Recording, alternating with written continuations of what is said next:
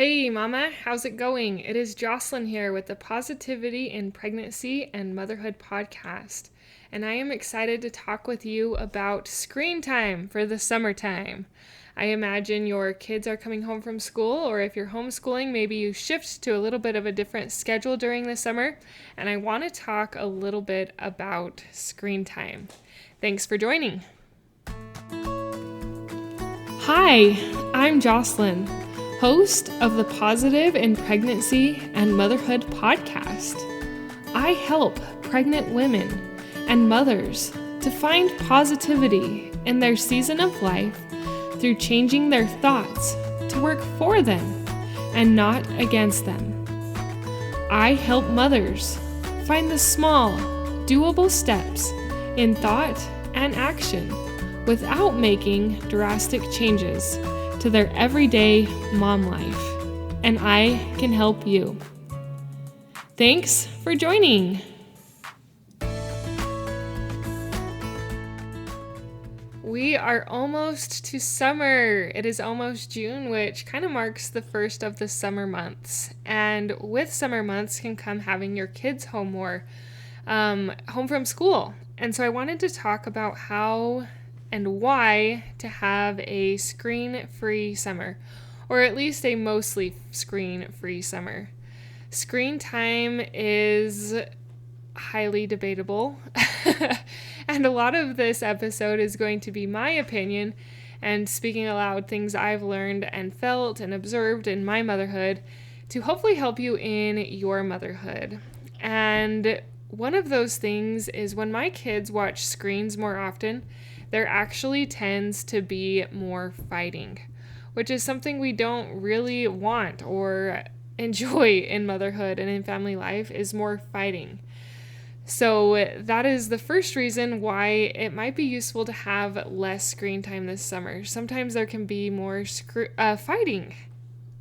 Screen time can also cause a little bit of overstimulation, as I say that right. So this can make your kids a little bit overstimulated, which can make them rowdy and hyper. I also, in that same breath, when they can get rowdy and hyper, I heard once as a teenager that it kills brain cells to watch too much screen time.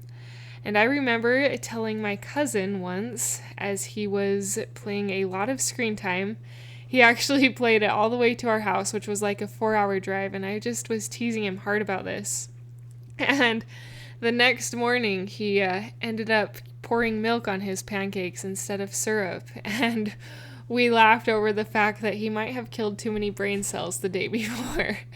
That's just a funny example, but along with overstimulation, I want to say overstimulized, along with them being overstimulized and maybe a little hyper, maybe it also is killing some brain cells and making it a little harder for them to concentrate, which can lead to them being a little bit rambunctious. I do find that with my kids, when they have too much, it's hard. It's actually harder on my motherhood and our family to have my kids watch screen more often than it is to have them have limited screen. Limited screen time actually helps with more creative play. They get out cars, toys, dolls, and all those different types of things, and they're more creative with them when they just can't stare at the screen and use that for their stimulation. If I can say that word this episode, man, maybe by the end I will get it. But sometimes it takes intentionality from mom, especially if they're used to seeing screens or watching screens. If you go to a mostly screen-free summer, it's going to take a little bit of intentionality from you and some fostering a little bit of play from you. And I know sometimes this is hard because we have our to-do lists and we have things that we want to do. But as you begin to foster this play, your kids will get better and better at it. It's kind of one of those things that takes practice. It's going to take practice from you, and it's also going to take practice from your kids. So how do you even foster this play, creative play? How do you foster less screen time? Well, first you have to remember that you are the mom and you are in charge, and if you don't want them to watch it, then they are not going to watch it. If that involves you taking apart the TV and putting it in your storage room or storing it away, you might have to do that. I know that in my past, my sister has done that for her kids. She's just completely taken the TV and all the parts off the wall so that it makes it very inconvenient for her and her family to watch it. It might take that measure in order to be successful at this through the summer. Otherwise, you just say no. You keep the remotes high and you don't allow it. So there will be that, which will take practice. Okay, I got a little bit sidetracked on you being in charge, which sometimes I feel like we do forget. We do forget that we're in charge and we just let what our kids want sway us sometimes. And there does have to be a little bit give and take, but you need to discern because you are the mom and these kids are in your stewardship. But to foster that play, what you need to do is you need to pull out some of the toys they haven't played with and play with them in different ways and begin that with them. Begin playing with them with it and fostering that. And as they see how the play can happen, they will get better at being creative by their own. They will get better at doing this without you having to get it out. So say the toy cars have been in the closet for a long time. Pull out the toy cars and do different things with it. I'll give you some examples of what we have done with toy cars. We have done tape roads, where I just take white masking tape, I put it on our carpet, I draw little lines with markers to make it look like a road, and we make different types of tape roads. My kids have really enjoyed tape roads. In fact, we've even been known to save that tape, like tape it on the edge of a shelf we don't use very often and reuse that if we need to vacuum or I want a change of scenery in the front room. Sometimes we'll reuse those tape roads. Another one that we do is we will put pillows on the floor and put blankets on the pillows and try and make little roads with the divots of the blankets for those toy cars. And my kids have had a blast playing with their cars on their own little blanket-made campground or mountain or whatever you want to call it. So foster some of this play. Foster playing with them with baby dolls and being the mom and feeding their babies and taking them for walks and giving them naps and giving them a picnic in the shade of a tree.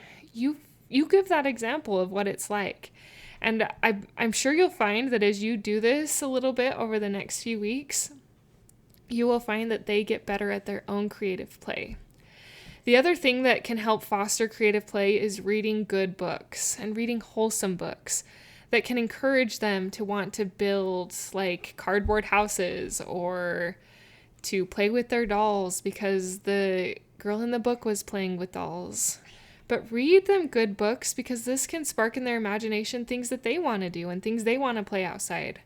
As a kid, I loved playing Pioneer outside, and I would make little kitchen tables and use leaves and weeds to make little tacos and stuff. Foster that through a little bit of play with them, and you will find that it will help them to play easier, and it will help you to have less screen time. I am not a fan of screen time for kids. I do not feel it's good for them, and that is my own opinion. But you are here because you are intentional. And I feel like if you're listening to this episode, you agree that screen time is not the best. It might feel hard to implement, but you can do it. You can implement these things because it is your motherhood. And these are your children, as I mentioned, that you have steward over. And what a blessing it is to be a mother and to be a steward over them in these things, in screen time this summer. It's a lot nicer outside in most places during the summer, and you can really get some good outdoor time in by going for walks, by encouraging outdoor play, and being the example in this endeavor. Keep up the good work, Mama. Not only does God need you to be an intentional mom, not only do your children and your husband need you in your motherhood, but you need you in these endeavors to feel good about what you're doing as a mother. If it feels heavy, start small. If your kids watch one movie a day, cut it back to one short show a day and progress forward. You can do it because by small and simple things are great things brought to pass. And you have the power to do these small, simple, and doable things. Whatever sounds doable for you and your family, I encourage you to implement it. That's what I desire for you to get out of this podcast, is implementing what you learn to improve your motherhood for more positivity. Thank you for listening. Thank you for sharing. And thank you for giving this a rating and review on iTunes, because that helps other mothers find this episode. One thing I wanted to mention is that I have a business, a new little business side venture hobby thing that I acquired from my sister. She started a candle and wax melt and room spray business, and that is now mine. And I am excited to share with you that room sprays are back in stock. For the longest time, it was hard for me to get the bottles, and I finally now have the room spray bottles. If you are not a candle or a wax melt person, but you like room sprays, check out the room sprays on Flicker's Candle Co. I will put the link in the show notes. We've got all sorts of yummy summer scents like Beach Bum and Volcano, Lemon Pound Cake, Citrus Paradise, and those room sprays work great. I love to use mine in the bathroom, but you can use them in any room that you desire. Give that a check out if that interests you. Until next time. Thank you for being a part of the Positive in Pregnancy and Motherhood podcast, for listening, for sharing, and most of all, for applying these tools into your own life to improve your own happiness so that you can find your own better thoughts for a better you in a positive pregnancy, in losing that stubborn baby weight, and becoming the mom you desire to be through taking small steps in thought and action to reach your goals. If you are a mother who has an inner desire to enjoy motherhood and pregnancy better, but you are having difficulty figuring it out, I can help you. I can help you find the small, doable steps without drastic changes to your everyday mom life. Reach out, let's connect, and let's see you move forward. My name is Jocelyn, and I thank you for listening. Until next time.